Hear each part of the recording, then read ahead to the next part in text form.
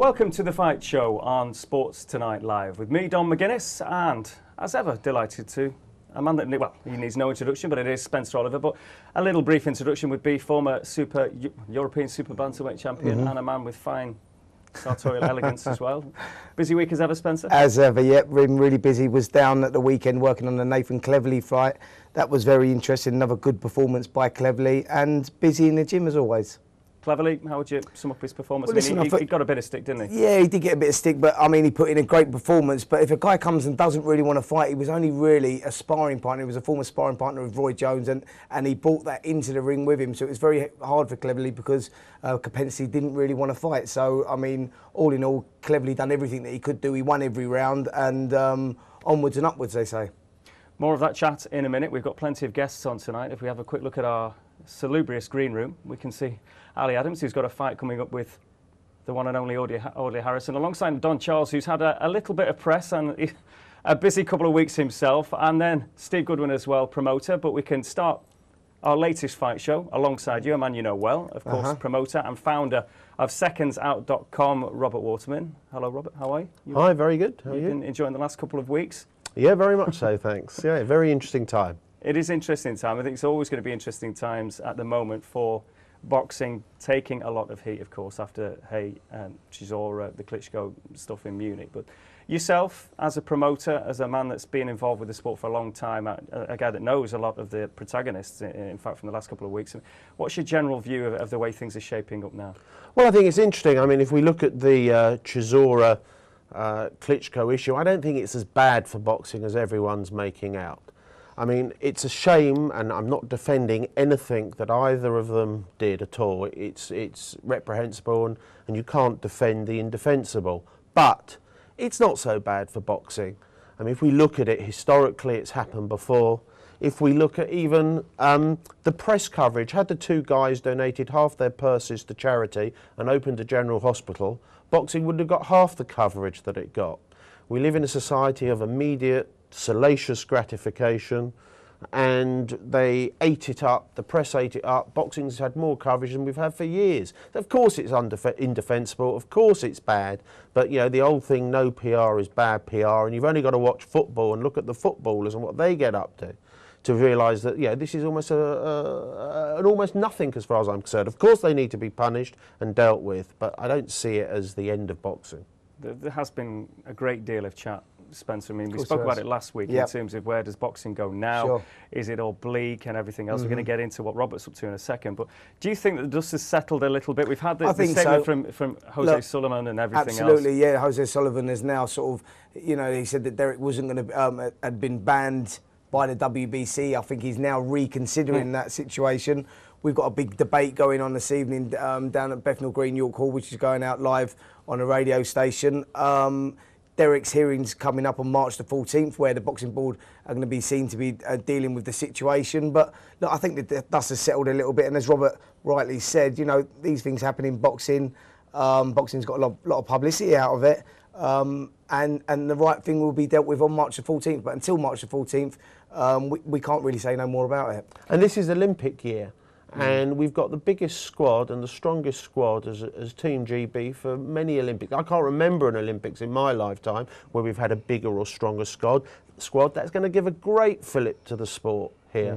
And, you know, the amateurs of yesterday are the professionals, the amateurs today are the professionals tomorrow, as Spencer can attest to. It seems to be a remarkable amount of hypocrisy in terms of some of the people that have been jumping up and down about the events in Munich will be the same people that will be jumping up and down for very different reasons when Team GB win a host of medals. Absolutely. You know, in East London from a few months' time. People, there doesn't seem to be any kind of sense in that. Listen, a lot of the people that are jumping up and down about the events that happened out in Munich are the same people that paid the £10 to watch the contest anyway. Do you know what I mean? So it's like it's 6 of one, half a dozen of the other. I think that people just like to make a little bit of noise and be heard about certain situations. And when the dust settles, you know, is it really as bad as what has come out over the press over the last couple of weeks? Ultimately, then, from your point of view, Robert, you've got a show coming up in Peterborough next week, 9th of March. What does this do for you? Does it help you sell, ironically, despite the profit at Doom merchants? I don't think it has to be frank, I don't think it has an effect on my show. We've got a great show on the 9th of March at Peterborough Arena, East of England Showground. We've got some great fighters on it. They are what will sell the event. The fans, I haven't had one person so far that has said we've got a problem with the show or there's an issue because of what happened. It is really not on people's radar with respect to boxing fans. Of course, it gives ammunition to those people who would like to cause problems to boxing. I think as far as it goes with the boxing fans, I think it creates an interest with the boxing fans. Boxing fans, actually, if you listen to the people on the street, the boxing fans actually quite enjoyed a little bit of drama in boxing because boxing's been going through quite a low anyway, and I think that the general people in the street has created a lot of interest, whether it be good or bad. People on the street seem to be sort of like, it's sparked up a little bit of interest. So I think for the small hall shows like what Robert's doing up in Peterborough, I think that it can only be good for them sort of shows because it sort of sparks a little bit of interest, do you know what I mean? So talk us through a couple of the fights that you've got lined up. Well, we've got Cello Render, who's never in a dull fight. He had the famous double knockdown show, I think in 2009 against Paul Samuels. He then fought him again and lost, but again both of them were down in that show as well. Both received counts. I mean, Cello's not in a dull fight, ever in a dull fight. I think he's one of the most exciting fighters out there. He's now taken on a new trainer in John Pegg, who says he's putting a bit of maturity and skill and technique into Cello, and he says we're going to see a new Cello. But I suspect home crowd, the adrenaline, he sold a pile of tickets. I think when that all happens, we're going to have a real excitement. We've got JJ Bird on the card. Funnily enough, he's a boxer trained by our friend here, Spencer. JJ had a bit of a issue on a previous event, and he's had to jump through an awful lot of hoops to be permitted to box on this show, but that's all past now, and we're looking for a good performance, a sort of a career rebuild performance on this show. We've got Martin Gethin, who's, you know, a real British quality standard fighter. He's in an international masters title fight, a good 10-round fight. We've got Nathan Dale, Kane Brodie, Jake the Snake Dyer, and Terry Holmes, all in sort of good local contests. And I don't actually look at this as a small hall fight. I've done small hall shows, I've done some very big shows. I look at this as somewhere in the middle because it's in a fabulous arena. It's going out live on YouTube and I think also Sports Tonight Live. And the amount of interest, the amount of support, and in the arena it's in, and with the volume of sort of the tickets that are going to be sold, yeah, this is a big show. It's the biggest show in Peterborough for at least 6 or 7 years. I was going to say, is it the first show in Peterborough for at least 6, 7 years? I mean, Peterborough's, there's not been a lot of boxing there for a while, has there? That's right, Spencer. I mean, it's there hasn't been a pro show in Peterborough for 6 or 7 years. The last one, I think, also, and I might be wrong on this, but I think was also in the same place. But there hasn't been one there for a long time, and we're getting a lot of support from local businessmen up there and the local fans, and we're looking for a really great night. Well, I think we can. One of the guys you mentioned there, sorry to interrupt you there slightly, Spencer, but is JJ Bird, who of course is known to many people outside of boxing as well for various reasons. He's on the line now. Good evening to you, JJ. Hi guys, you right? I'm fine, thank you. Two chaps that know you well here, sitting listening to you. How are you shaping up then ahead of the big one next week?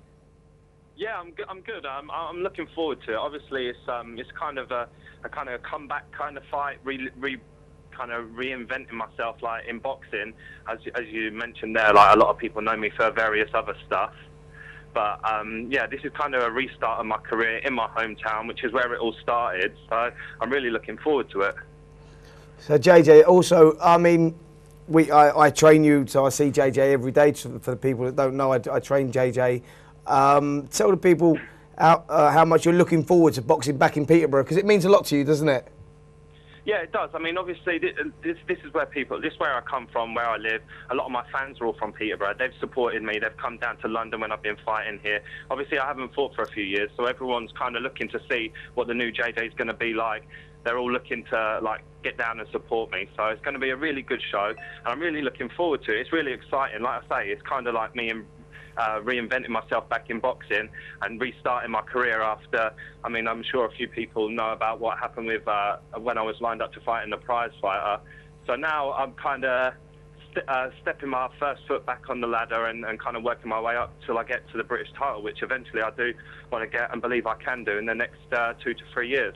JJ, just remind us, I mean, you mentioned prize fighter. There was a story of you fainting, passing out backstage. You've had some medical issues. So just tell us about that and where you're up to now. Yeah. basically, me and Spencer in, obviously, we had a good camp, but towards sort of the week leading up to prize fight, I started to kind of feel quite unwell. I was getting a bit of a cold and stuff like that, and I tried to really soldier it out. And I think with the training and the pressure I put on myself, like in the lead up to that fight, and then with the heat that was in the change rooms, because there was a lot of guys in there, and it was a full packed atmosphere, and I was just getting my bandages done up. I went to stand up to go and get some fresh air, and the next thing I know, I've woken up and like Spencer's in my face, and I didn't even know what had happened. But I mean, it was probably a bit silly of me. Like, I probably should have said something or maybe pulled out. But obviously, I saw it as a kind of a way back in to boxing and get myself towards that British title. But now I get the chance to do it the right way. Start on a small hall show like in Peterborough, in my hometown, get the fans back behind me and follow me all the way through.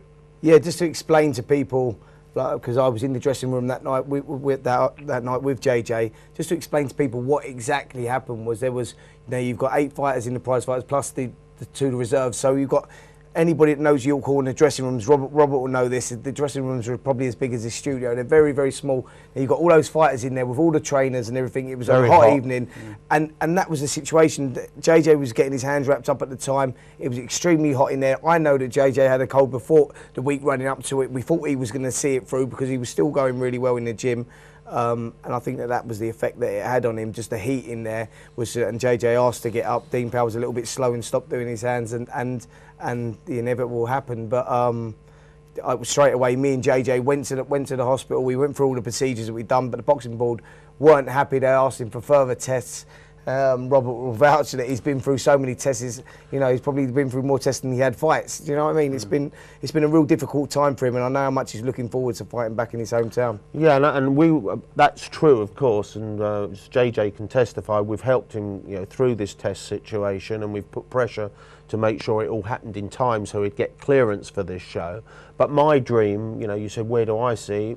If JJ comes through this one well, which we all expect him to do, then I'd like to put the British title or a proper title fight on in his hometown, in Peterborough, in the next couple of years. So what would be more important than JJ, that British title or getting on another big TV show, Big Brother? What else have you been on?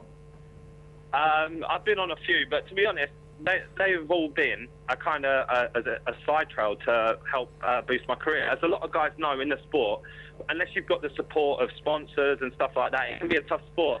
And even if you're one of the best fighters, they still struggle. So I kind of tried to use my brain and try to get exposure and stuff like that. Obviously, I seem to have done that, but it's kind of had a negative effect because people just see me now as some kind of guy that just goes on reality shows because I want the attention. I wanted it to kind of help boost my boxing career. So now I'm back to the drawing board. I'm back fighting in a show in Peterborough, and we're going to restart next week and look to go all the way to get that British title. And I don't really want to go on any more TV shows other than for fighting and for when I do eventually get that title.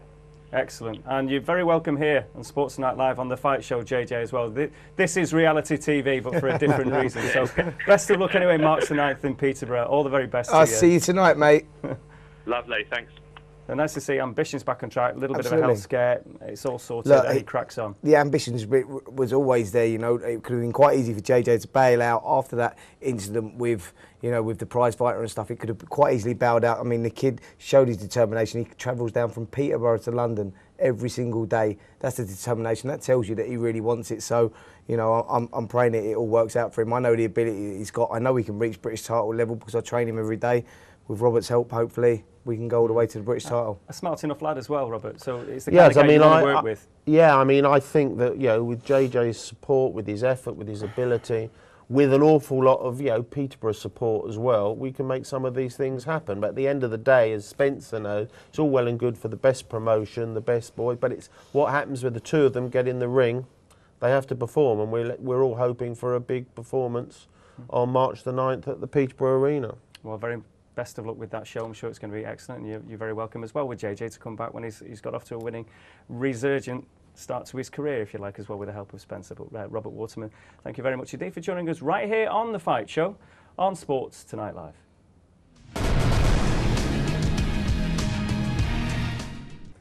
Welcome back. This is The Fight Show on Sports Tonight Live with me, Don McGuinness. I'm delighted to say a couple of additions to the studio as well. We've, of course, got Spencer here already, but we've got Steve Goodwin and Ali Adams as well. And I've got to start with you, Steve, simply for the fact otherwise we all look a bit silly in our black shirts. So, you've added a nice bit of much-needed colour to this. Now, of course, a promoter who is working around now this sport that apparently is in terrible doubt, and everybody giving it a bit of a slap these days, pardon the pun in terms of beating it down a little bit. But from your point of view, Steve, I mean, as a promoter now, it's hard getting the TV, it's hard putting the shows on, it's hard selling tickets.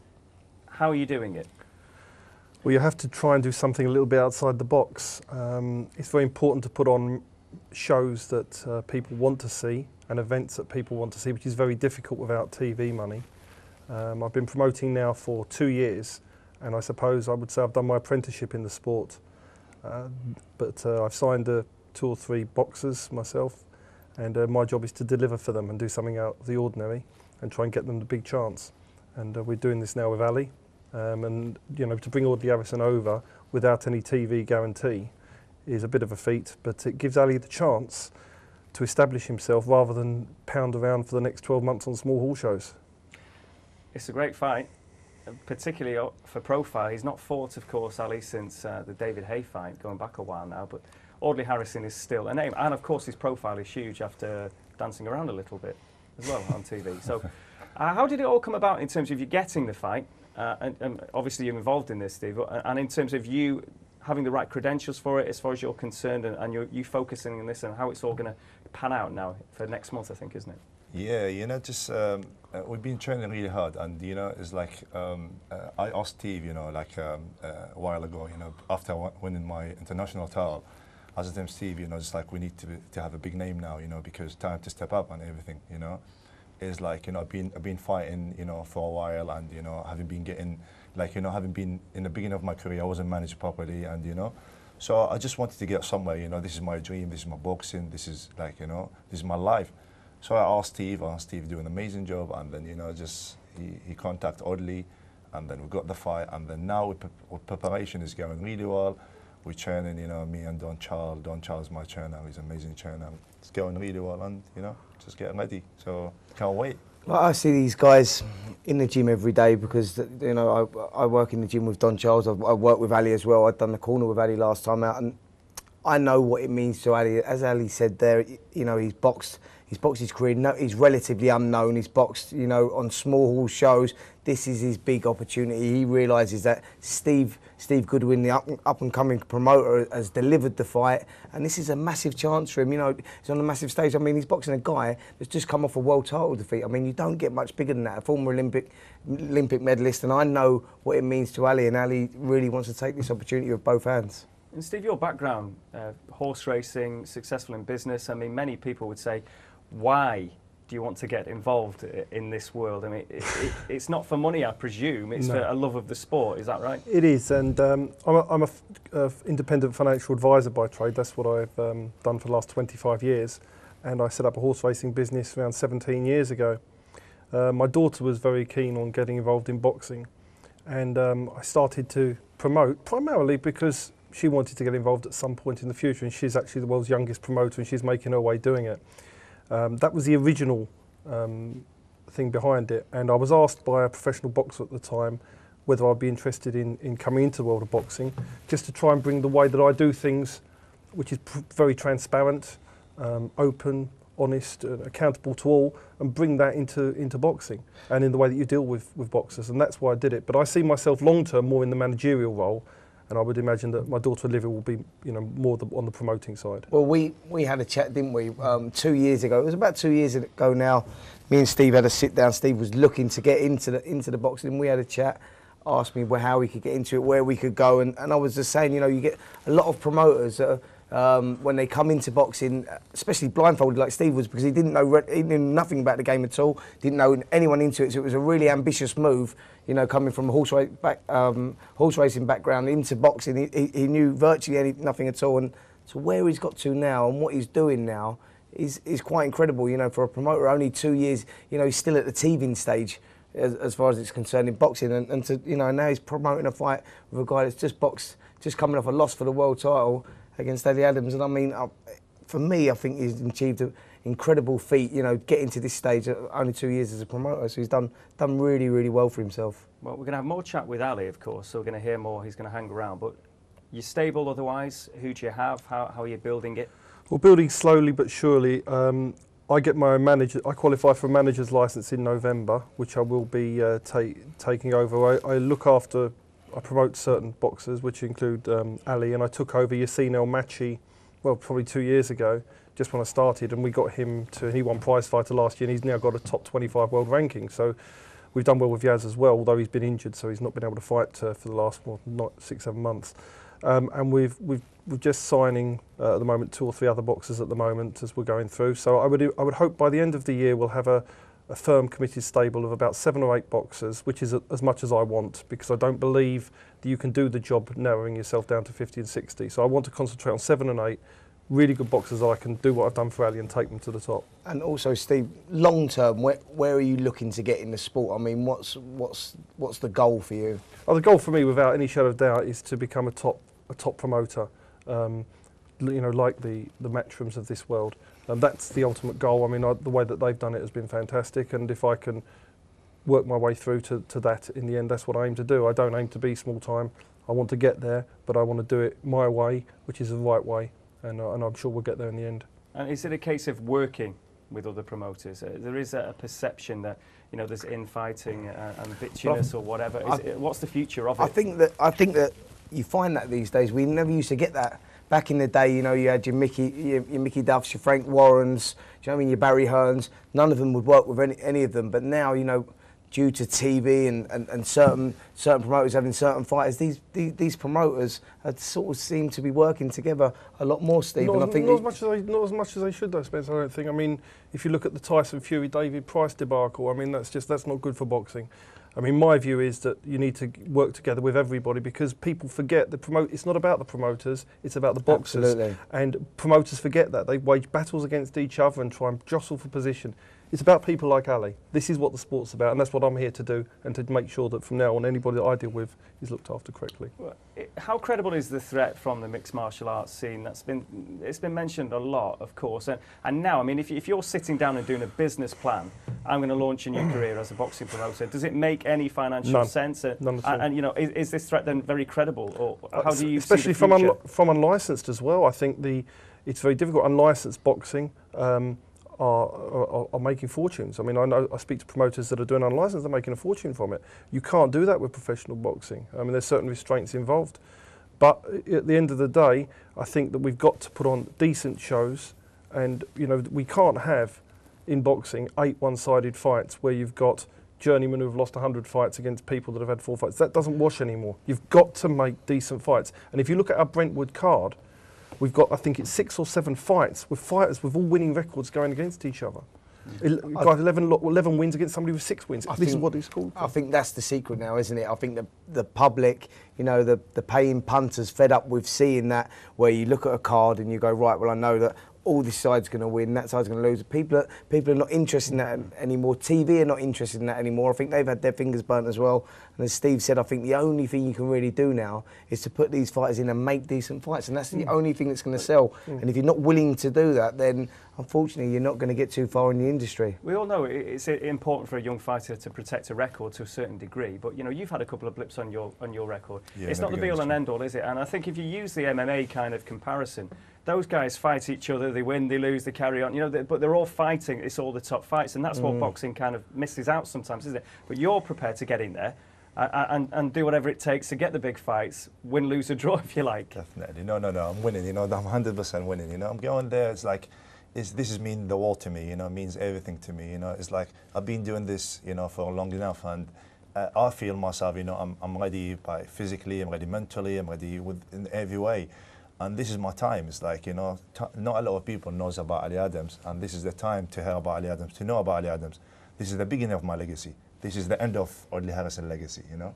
This is the beginning of mine. So I'm going to, you know, just like to show the world, you know, I'm going to show the world there's a you know, great boxer there, Ali Adams, and is going to be a champion. See, what it is with Ali, I'll tell you a little bit about Ali's history. Before he teamed up with Don Charles, Ali was sort of, you know, just playing around at the game, you know, boxing on these small shows, not very good management. And he's met up with Don Charles. Don Charles has inserted a lot of confidence into him, and that's what's changed him, man. I've seen it from the beginning with Ali since he's been with Don, because I've worked with them a little bit as well. And I think that with this man here, it's all about the confidence, and he seems to, because he's in a good place at the moment. With boxing, a lot of it's a mental state, what sort of mental state of mind you're in, and with Ali, he's in that right place, and this opportunity couldn't have come for a better time for him, you know. I agree with Spencer, you know, it's like the confidence, is the thing is, you know, the training I used to get before, you know, all the respect to my old trainers in the past, you know, but the training I used to get is not quality training, it's not, you know, put me, you know, when I go to the ring sparring or fighting, I don't have the confidence, you know, just to keep me finish the rounds, you know. Now I can go 12 rounds, I can go 12 rounds sparring, 12 rounds fighting, whatever, you know, I feel like, you know, nothing to me. It's not nothing, but, you know, I feel like I'm there, you know, just like to fight and to get hit and to hit back. It's all amazing, you know, just all about the training. I would like to say I've only been looking after Ali for the 4 months, so these periods they're talking about has nothing to do with me. Well, we're going to get into more depth with you because you've got a very interesting tale as well. But Steve, we'll say cheerio to you because we are also going to be joined by Don Charles, of course, Ali's trainer, but he's got a few tales to tell. Of course, he's been at the thick of the action in recent weeks, and we are also going to be hearing from Carl Froch as well. An interesting couple of weeks, potentially, hopefully, anyway, coming up with him. But this is The Fight Show, right here on Sports Tonight Live.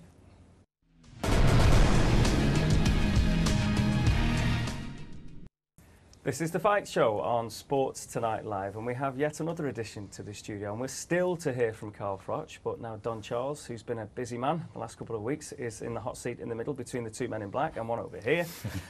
Don, here's your protege, Ali. Indeed. He's been shaping up, of course, speaking well ahead of the Audley Harrison fight. Just give us the trainer's perspective of this man before we get a bit more in depth with him. Well, Ali is a... I've known Ali for a while now, and as a person, then as a fighter, we've been together now for 6 months or so, 6, 7 months. And I was an admirer of Ali as a boxer. He regularly sparred with Derek prior to teaming up with me. And during their sessions, I noticed this kid, he's got incredible style that I like. And but I also knew that his style was incomplete, the style he was trying to do.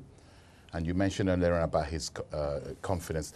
I was one of the people, observers, who used to think he lacked, he didn't have heart. In boxing terms, you said they haven't got a heart.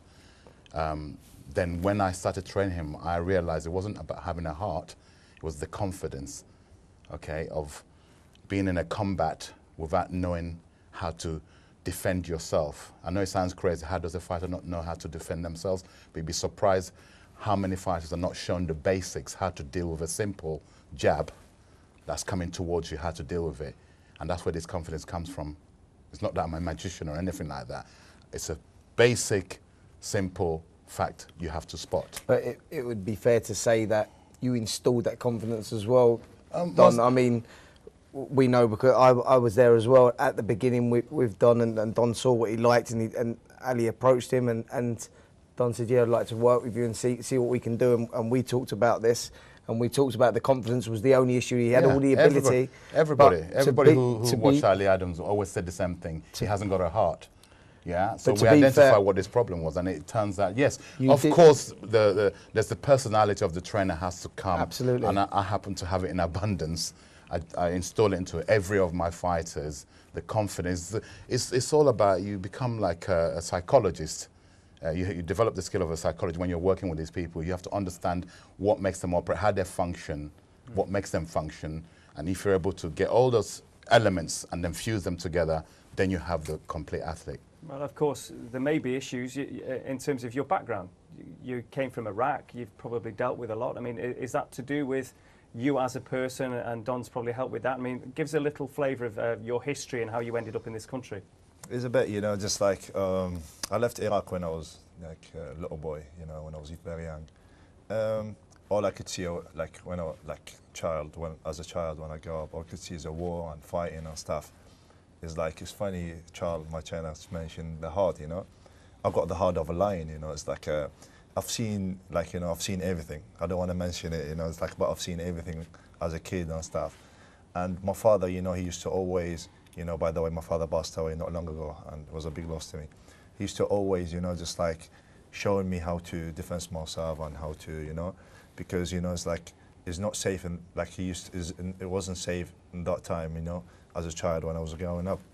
And but he used to show me the boxing. He used to show me how to defend myself, how to, you know, how to box, how to, you know, he always wanted me to be a boxer and stuff.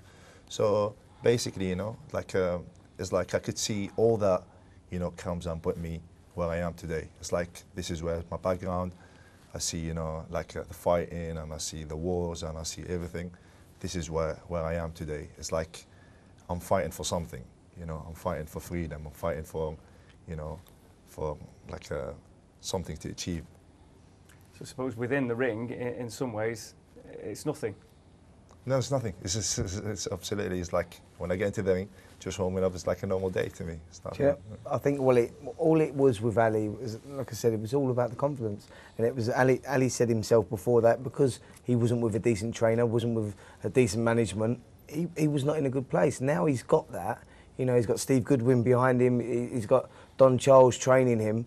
He's in a good place, and as long as he's in a good place, you know, in his mind, he's got the boxing ability to go all the way. He really has, because I see it every day in the gym, and I see what Don's done with him. He's turned him around. He's got him to believe in himself a little bit more. You know, Steve's producing the big fights. I mean, Audley Harrison, come on, you don't get much bigger than that at this stage of his career. So, that, you know, you can just tell. Look at the smile on his face. He's in a brilliant place right now. And my face. In terms of Audley, then. It's a funny one with him, really. His eye has been off the ball, if you like, in terms of what he's been doing with the dancing and everything else, and the loss to David Hay last time out. What's this fight going to be like? I mean, what do you expect from Audley Harrison? Well, we expect Audley as Audley. Audley, let me tell you something, you know, I'm not one of these people that ridicule Audley. First of all, he's an Olympian. Let's not overlook that. You don't get given these medals. You have to win them, which he went there. He demonstrated he won it. Yeah, he came back. Okay, I can't speak for Audley in terms of managing himself. He hasn't been the best manager. As far as I was concerned, he did that wrong. He should have let people who are tested and tried to manage his career for him. He did that wrong. That's definitely. In terms of matchmaking, again, he got that wrong. He tried to do everything himself. That's where he messed up, as far as I'm concerned. As a fighter, technically, he's immaculate. Technically. Again, I believe he suffers from the same problem most fighters, but they never address that point of the defense problem. If you attack Audley Harrison, he folds. People say he hasn't got a heart. I'm one of the people who accuses him of not having a heart.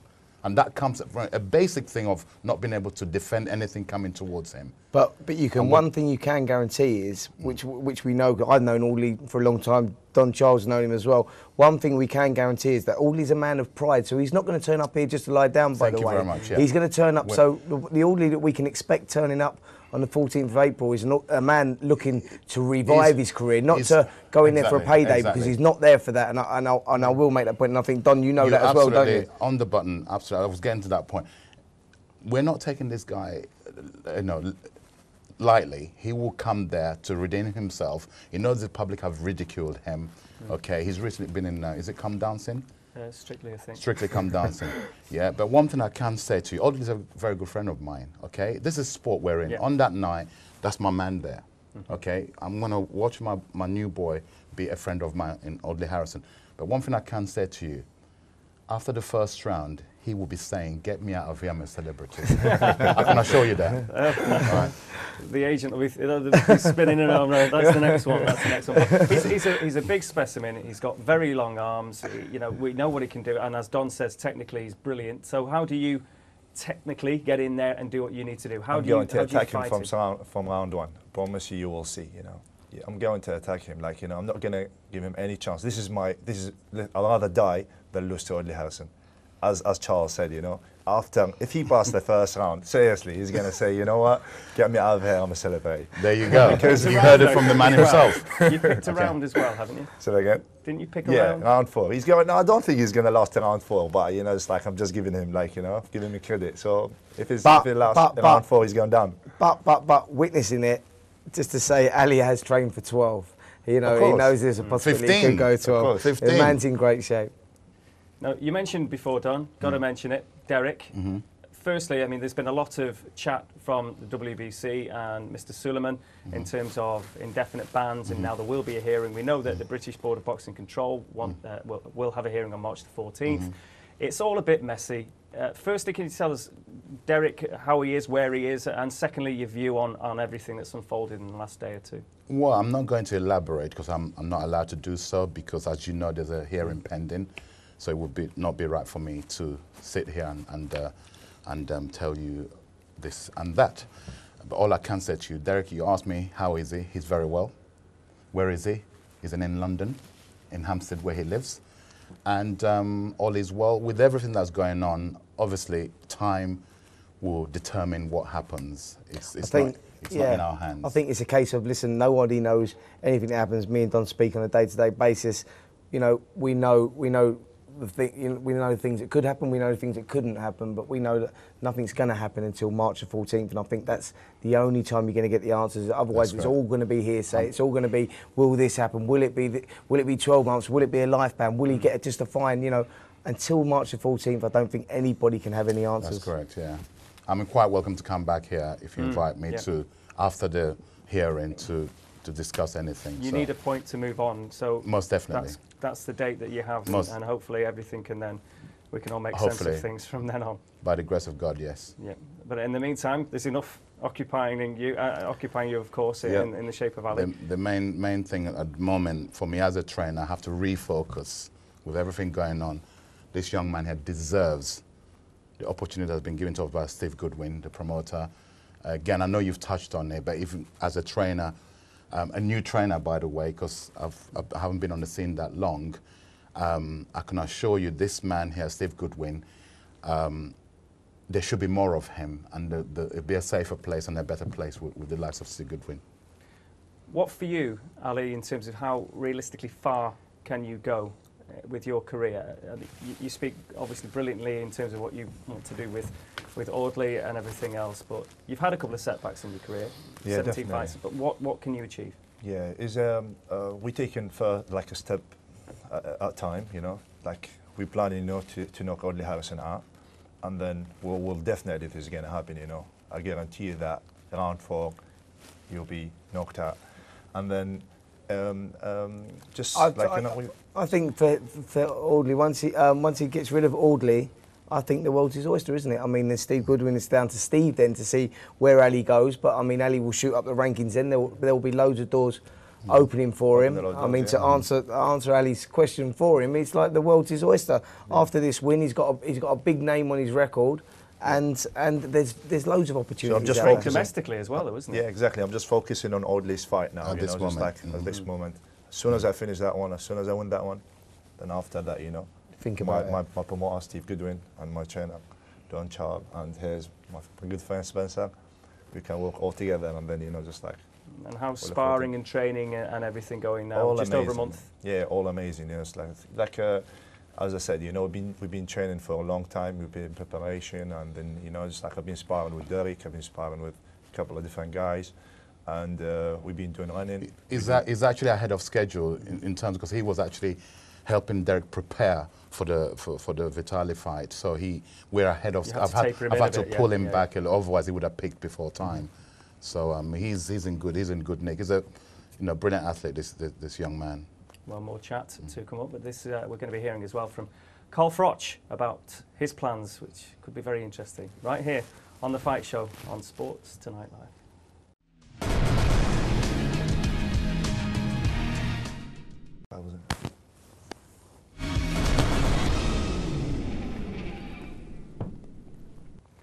Welcome, this is the Fight Show on Sports Tonight Live with me, Don McGuinness, Spencer Oliver in the studio as ever, Don Charles, of course, the trainer of Derek Chisora, and of course the star of the future and now, Ali Adams. Don't do that to me. A little bit of them. That's a big fist, by the way. Yeah, he has got very big hands, this young man. Big fist. He has.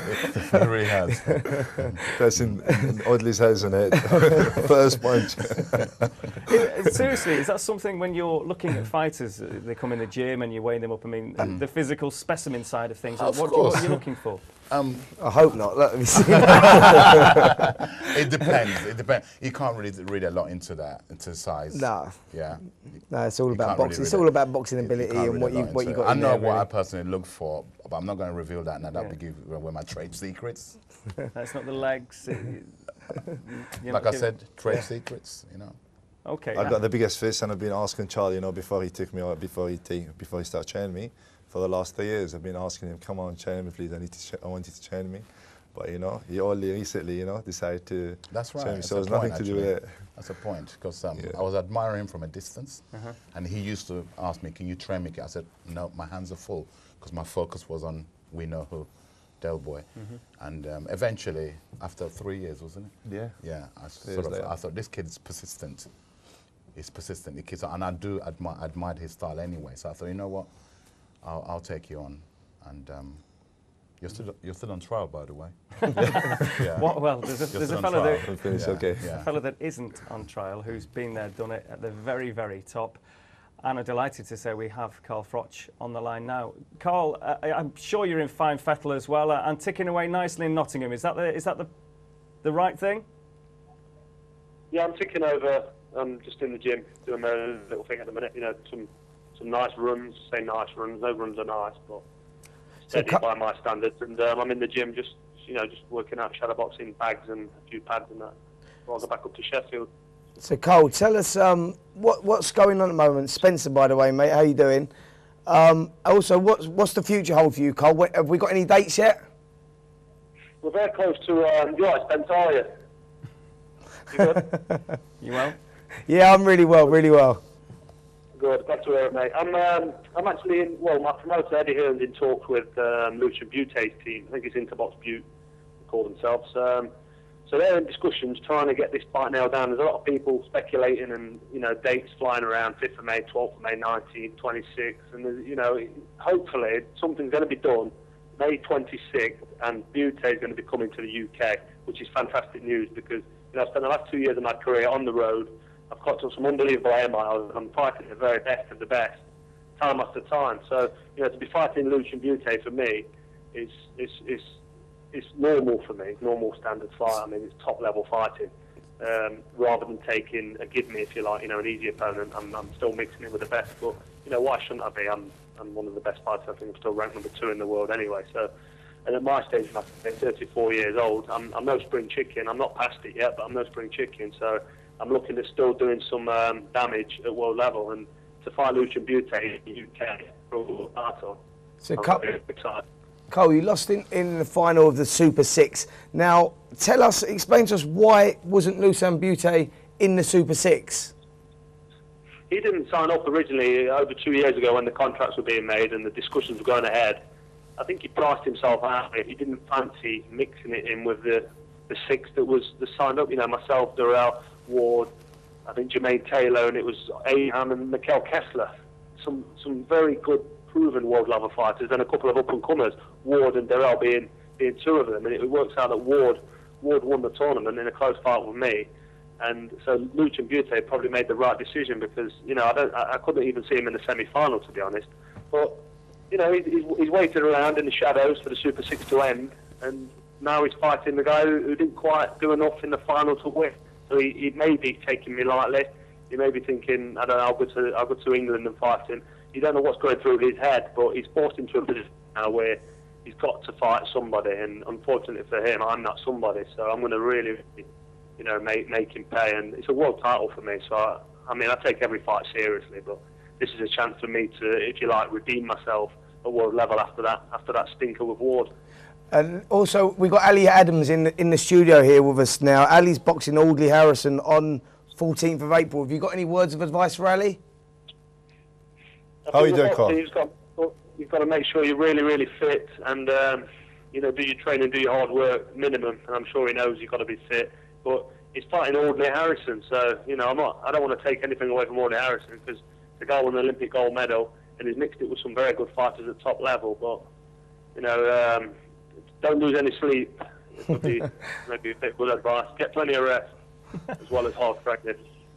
Do you feel if you get the fight with Bute, Carl, that will kind of complete the Super 6 plus 1, if you like, in terms of the top guys in the super middleweight division?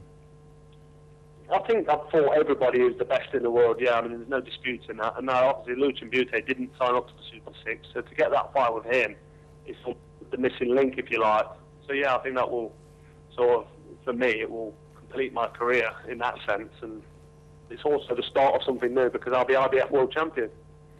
And also nice to be in Nottingham. If you can make the fight in Nottingham, you won your WBC title there when you beat Jean Pascal in a fight that every boxing fan will remember. You've been on the road, as you mentioned before, for 2 years. Do you feel you deserve that homecoming? I think so, yeah. I mean, I'm never going to make any complaints about it because I don't mind. I really don't mind travelling away. But it does get to you after a bit. I mean, I spent 3 or 4 weeks in New York before the Glencock-Johnson fight. Then we jetted over to Atlantic City. Then I did the same 5 months later, stayed in New York again in Manhattan for another 4 weeks, then went over to Atlantic City again. So although I'm used to it, it's not ideal. You know, you're in a small apartment, you're in a strange gym, you've got, you know, people, it's just not familiar. And when you're taken out of your familiarity, it's not very nice. Although I'm used to it, it's an absolute pleasure fighting at home. And to bring it back for my fans in the UK, I think it's a fantastic treat for me and for them. And something to get very excited about. I'm certainly excited. Carl, I heard you fighting a southpaw. Any advice? You know, it's like I'm fighting Audley Harrison. He's a southpaw. Any advice? You know, as a champion? I always find southpaws quite easy to hit because I throw a lot of right uppercuts out of range. I lead with the right hand, and you know they're straight on for it. Audley Harrison's a counterpuncher. He sits back and he tries to tee you up with his jab, and he very, very rarely triggers off with his left cross. Now, southpaws for me I find quite easy because of my style. You know, it depends on how you fight, but Audley Harrison's a decent counter-punching southpaw, so just make sure you get plenty of southpaw sparring and get used to the way they stand.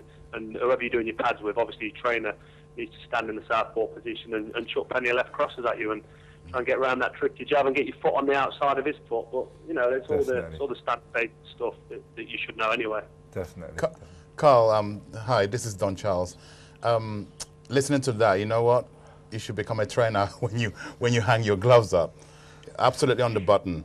By the way, obviously I've been following your career. The 3 fights that most impressed me, or you impressed me, is your call, Brian McGee. That was a career-defining fight for you from where I'm watching from.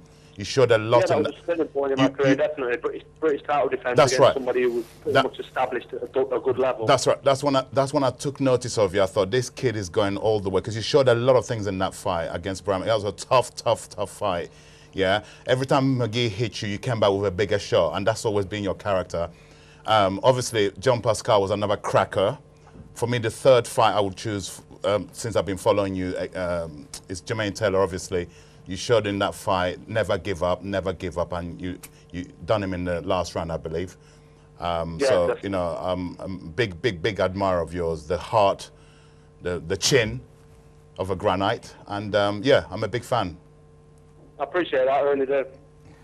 Listen, Con, you mentioned just before about Sheffield. You'd be up there and you'll be probably doing a few rounds with some of the young GB boxers again.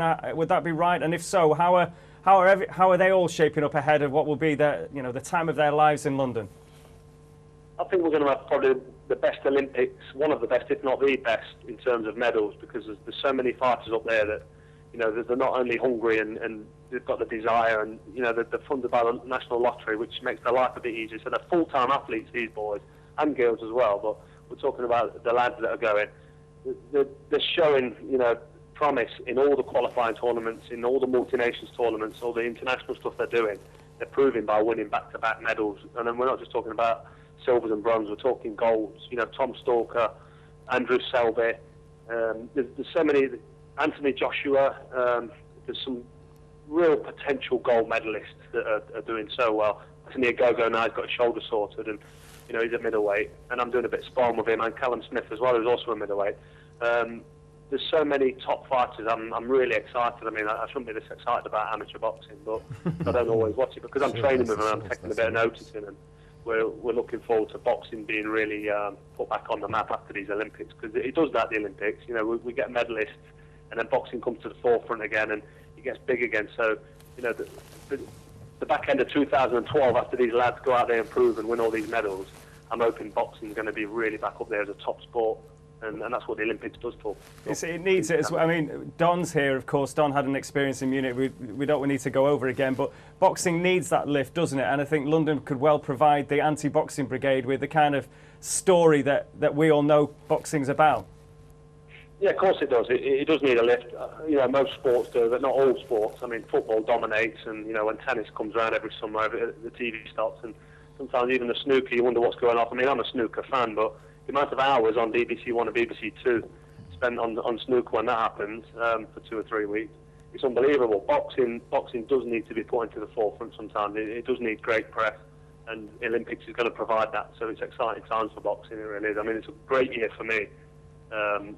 With this world title fight coming up, and then we've got the Olympics, so I'm excited, especially with Robert McCracken's input on the England squad, because he's obviously my trainer, and he's the coach for all the Olympians, so it's quite relative to me, and I'm excited about it and looking forward to it. Just finally, Carl, before we let you go, you've had a bit of press recently about some comments you made about picking your rounds, should we say. Do you expect anything to come of that? And how do you feel about that story in terms of what you said about, maybe you knew that your friends had put a bet on this round or whatever? Yeah, it's people making a big deal out of nothing. It's sort of bringing something to the front that don't need to be mentioned. Muhammad Ali used to always make round predictions. Joe's going to fall in 4, Joe Fraser, and Prince Nassim Hamid don't blink in round 3. So, 7 years ago we're talking about when I said I'm going to knock him out in round 5. That's just being... that's being cheeky, and it's bravado, and it's being leery and confident to put it in your opponent's head. And it's sort of mimicking some of the all-time greats in the names I've mentioned. And if people want to make a big deal about that, it's ridiculous. I mean, I've spoke to the British Boxing Board of Control.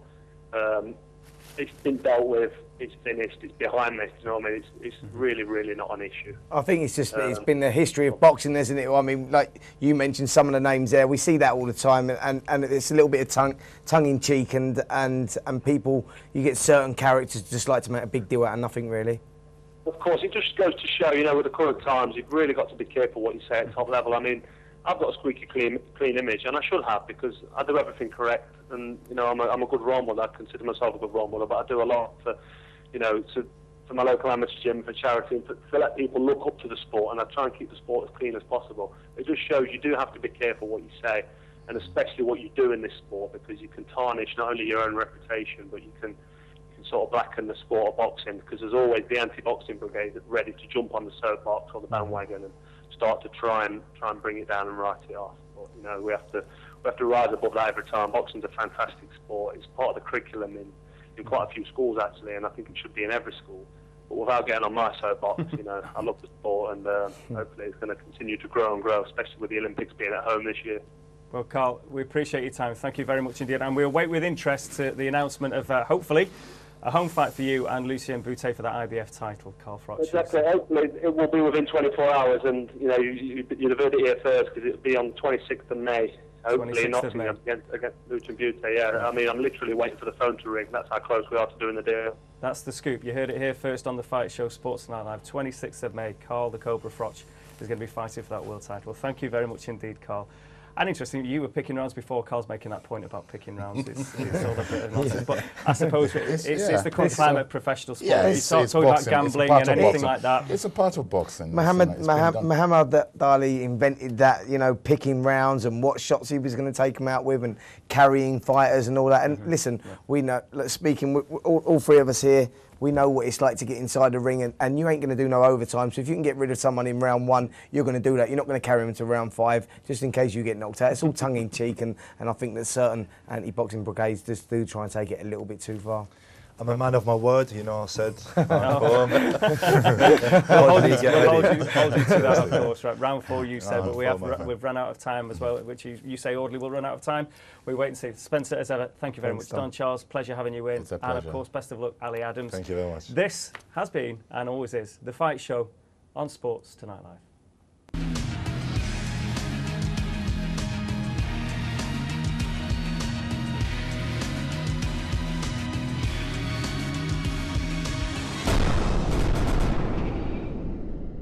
Stay ahead of the game with Sports Tonight Live.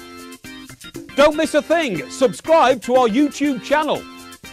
Search for Sports Tonight Live on Facebook and like our fan page. Follow Sports Tonight TV on Twitter and tweet us your thoughts and opinions. Sports Tonight Live, it's the platform for the fans.